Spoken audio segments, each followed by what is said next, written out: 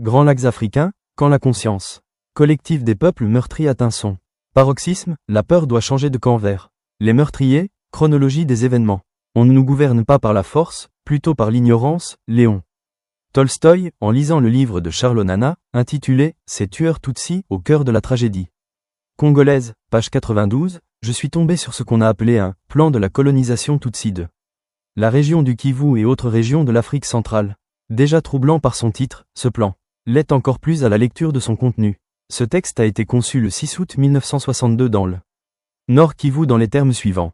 Nous sommes une minorité dans la région du Kivu, mais nous avons pu conserver le pouvoir aux élections de 1960 en profitant de la naïveté des Bantous. Cependant, notre habileté ayant été découverte par la suite par les Congolais, tous les Tutsis, de quelque région qu'ils soient, doivent mettre en œuvre le plan suivant et contribuer à sa diffusion auprès de tous les autres Tutsis, particulièrement ceux de la région des volcans. Ce plan est constitué de 18 préceptes. 1. Tous les Tutsis doivent savoir que les Hutus sont apparentés aux Congolais et que notre plan de colonisation doit s'appliquer aux deux groupes. 2. Tous les Tutsis doivent connaître parfaitement les méthodes qu'on a utilisées avec succès pour conquérir le Rwanda et les appliquer aux Congolais et aux autres groupes ethniques qui les entourent. Il faut procéder progressivement, avec méthode, et ne pas verser dans la précipitation, ce qui pourrait évoquer le spectre du grand conquérant. RWABUGIRI, notre héros national. 3. Tous les intellectuels Tutsis doivent avoir pour objectif premier le contrôle de davantage de districts, car tout le monde est en effet conscient de l'importance qu'il y a à contrôler les centres locaux de l'autorité politique afin de répandre des idées politiques auprès de la populace ignare. 4. Tous les intellectuels Tutsis doivent se lier d'amitié avec l'administration congolaise et se familiariser avec la machine bureaucratique, afin de se préparer à une prise de pouvoir dans laquelle ils devront jouer un rôle et, en fin de compte, diriger l'administration. 5. Puisque nous ne pouvons pas prendre la place des représentants Hutus qui viennent d'être élus et mettre nos propres gens à leur place, lions-nous d'amitié avec eux.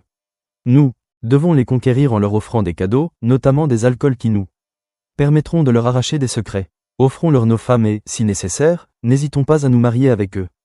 Ils ne pourront pas résister à l'angélique beauté de nos filles. 6. Lorsque nous aurons contrôlé tous les postes importants, nous devrons éliminer tous nos ennemis bantous, notamment les Bahutus. 7. Pour ce qui est de la conquête des Hutus, il faut recourir au pacte de sang auquel ils croient naïvement. Cela n'a-t-il pas marché plusieurs fois sans impunité? 8. Profitez de la crédulité des élites Hutus et servez-vous d'elles pour promouvoir nos intérêts et paraître crédibles lors des campagnes électorales. Dès que les campagnes électorales sont finies, trompez-les pour montrer leur inefficacité. 9. Tous les fonctionnaires Tutsis doivent recourir à la terreur pour se faire respecter et avoir de l'autorité sur la populace Hutu et ignare. 10. Grâce aux fonctionnaires que nous avons sous notre contrôle, nous devons ridiculiser les Bantous ignares et les traiter de prétentieux, nombre de membres de l'élite Hutu. Nous aiderons à éliminer leurs camarades, car les Hutus ne se soucient aucunement du sort de leurs proches. 11. Toutes les fois que nous constatons que les Hutus se soucient du sort de leurs prochains, nous devons effacer cet état d'esprit en divisant ceux qui en sont partisans. Nous devons diviser pour régner. 12. Nous devons complètement maîtriser tous les membres des autres groupes ethniques que nous avons réussi à contrôler, notamment les fermiers Hutus, et les faire agir dans notre intérêt. 13. Tous les Tutsis doivent savoir que tout Hutu est né pour être un serviteur et qu'aucun Hutu ne doit jamais être un leader. Les Hutus ne doivent être au courant de ce principe, qu'avant qu'il ne soit trop tard pour eux, il faut progressivement prendre le contrôle de toutes les positions clés de l'administration et finalement placer dans chaque district un chef qui protège nos intérêts. 14. Tous les Tutsis doivent recourir à tous les moyens possibles pour amener tous les fonctionnaires Hutus à avoir un complexe d'infériorité. 15. Tout Hutu qui se soucie du sort de son prochain doit être mis à l'écart et ne doit pas être en contact avec la population. 16. Nous rappelons à tous les jeunes Tutsis qu'ils doivent rejoindre la JIR, car si nous ne réussissons pas par la ruse, nous devrons recourir à la violence. Les jeunes Tutsis américains, ces sanctions contre KABAREBE constituent un premier revers diplomatique pour le Rwanda, alors que la communauté internationale a toujours fait fi des actions militaires de Kigali contre la rez-de-chaussée, les autorités congolaises y voient le début d'une large série d'. Savoir si leur créateur n'est pas celui qui a créé le diable. Je n'ai jamais vu une race aussi méchante que celle-là. 2. Sylvain Ekenge, général dans l'armée congolaise.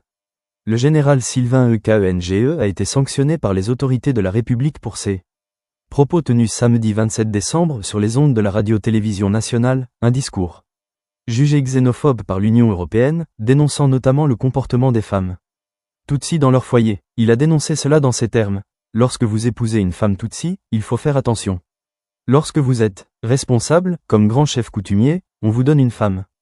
Vous allez recevoir chez vous un membre de sa famille qu'on présentera comme un cousin ou un neveu, alors que c'est la personne qui viendra faire des enfants avec votre épouse à la maison, et on vous dira que les enfants naissent Tutsi parce que la race Tutsi est supérieure. Le lendemain, l'Union européenne a condamné les propos du porte-parole des FARDC et note avec satisfaction les mesures prises par les autorités, en jugeant ces propos discriminatoires envers la communauté Tutsi congolaise. 3. Charles Onana, journaliste écrivain franco-camerounais, Charles Onana et son éditeur ont été condamnés pour propos négationnistes sur le génocide des Tutsis au Rwanda, soi-disant reconnus coupables de contestation du crime de génocide. Dans son livre, Ces tueurs Tutsis, au cœur de la tragédie congolaise, il a décrit la ruse de ces Tutsis dans la domination politique, la violence psychologique et physique qu'il a résumé dans un chapitre intitulé « Cruauté dans la monarchie ».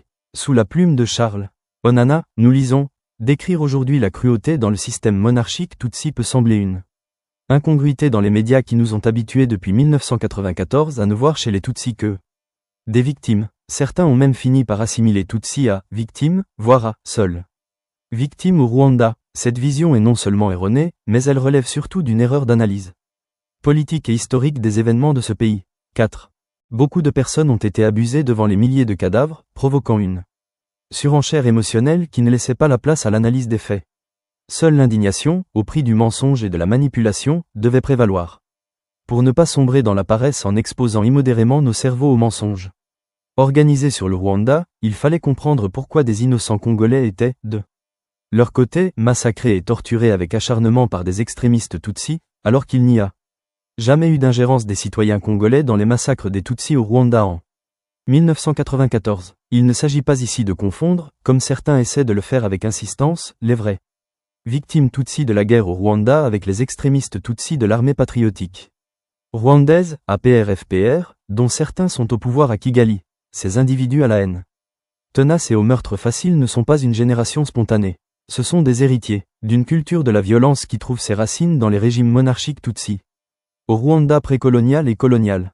En 1958, Stanislas Bushayija, un prêtre Tutsi qui était membre du Conseil supérieur du pays, son franc-parler et son courage lui ont valu d'être attaqué à plusieurs reprises par la monarchie Tutsi. Il a rappelé avec beaucoup de précision et de lucidité comment les Tutsis ont réussi à s'emparer du pouvoir en abusant de la générosité, mais aussi de la crédulité des Hutus. Qu'en est-il du porte-parole des FARDC, général-major Sylvain Ekenge? Voilà qu'hier comme aujourd'hui, un Congolais ouvert, qui essaie d'alerter ses concitoyens contre une menace nationale réelle, devient une cible à abattre par ces blancs menteurs pro-Tutsi, vrais criminels dans la région. 2. L'assassinat de Magloire Paluku n'a pas été un incident isolé.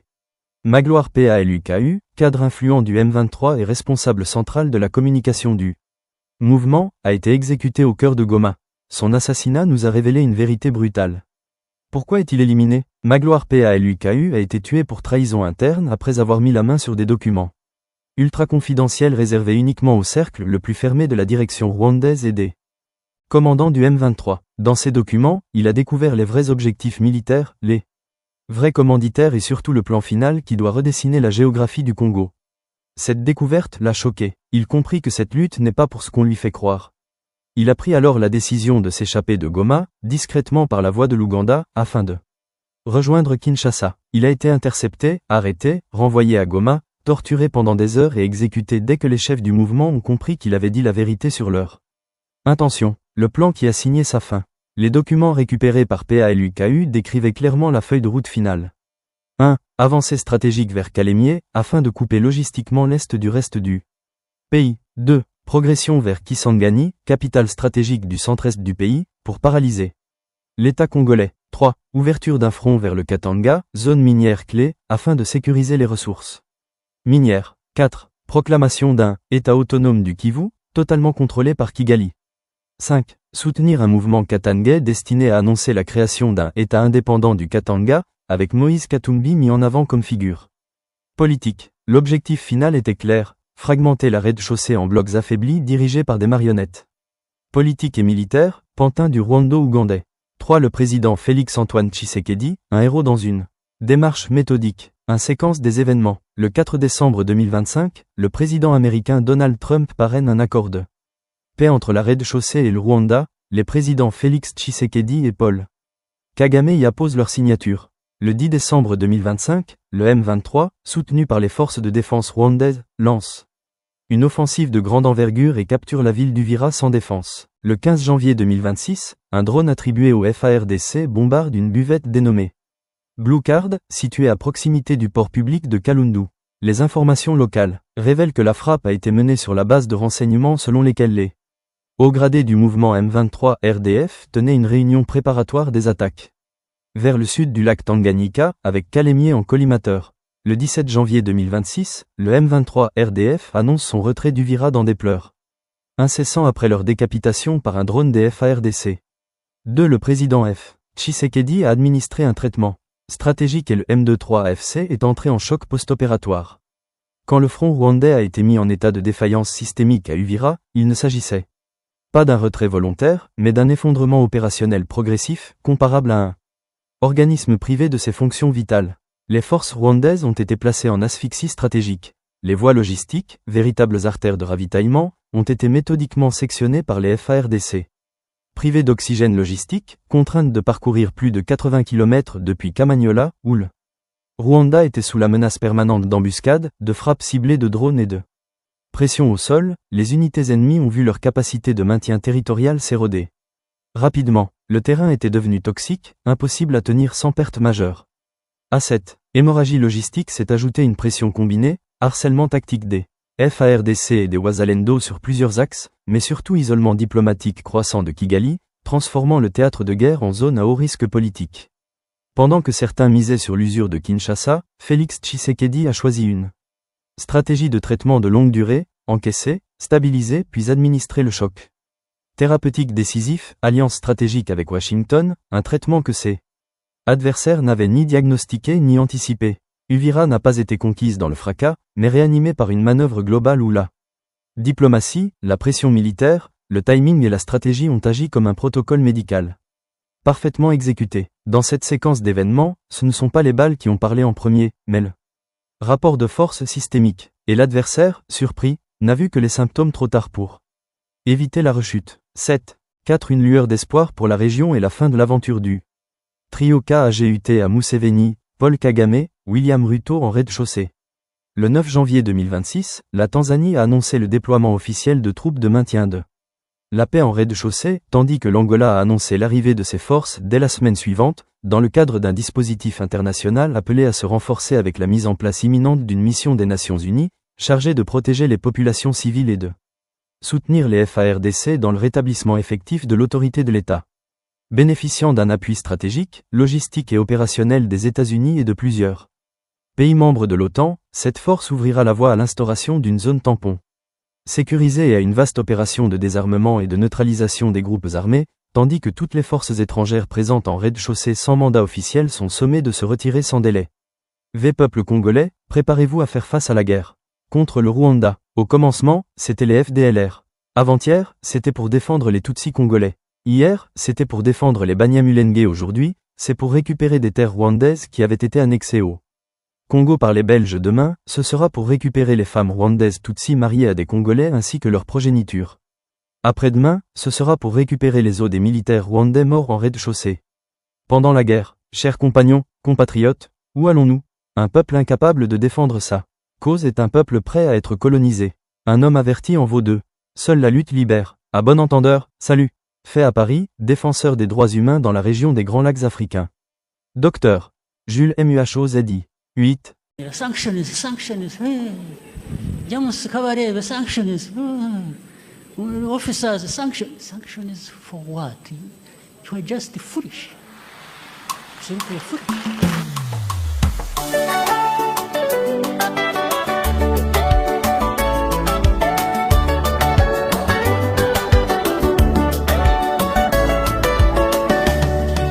Machozi ya Wanyarwanda sio bure,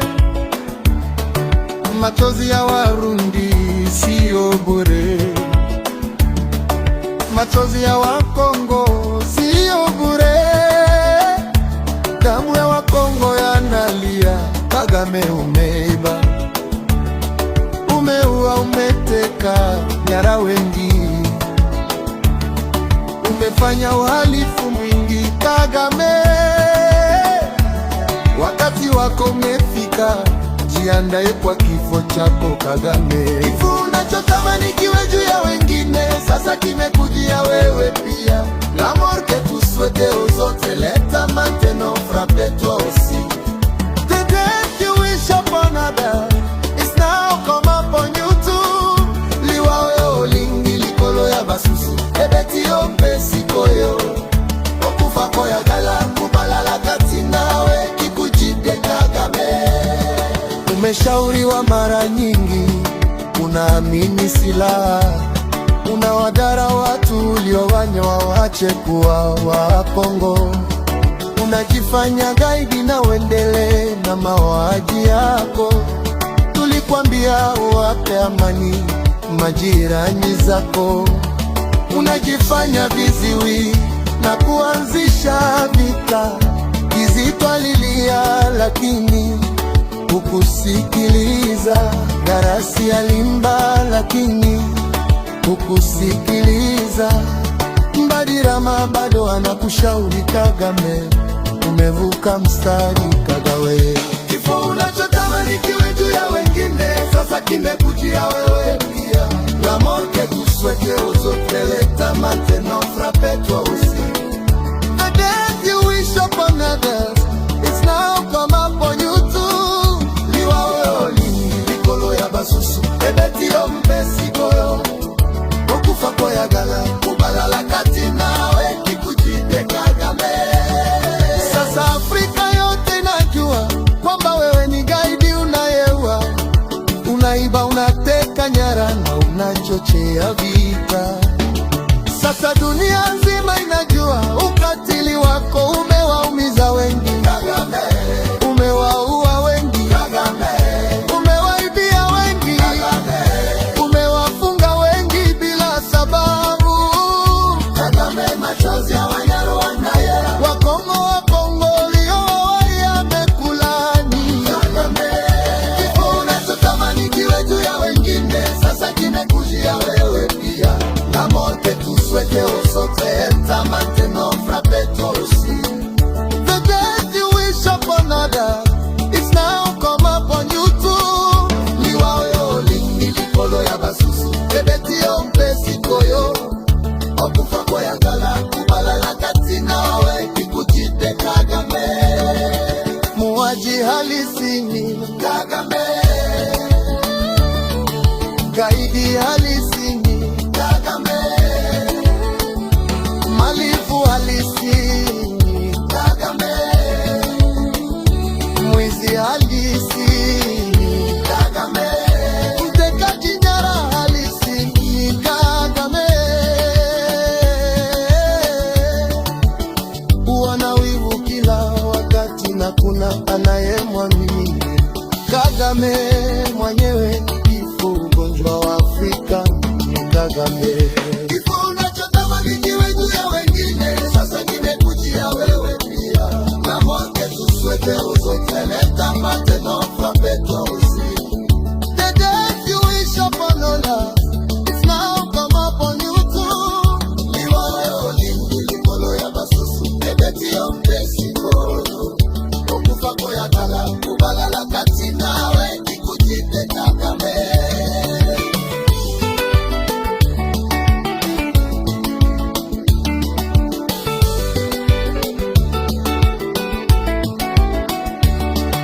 Machozi ya Wanyarwanda si bure,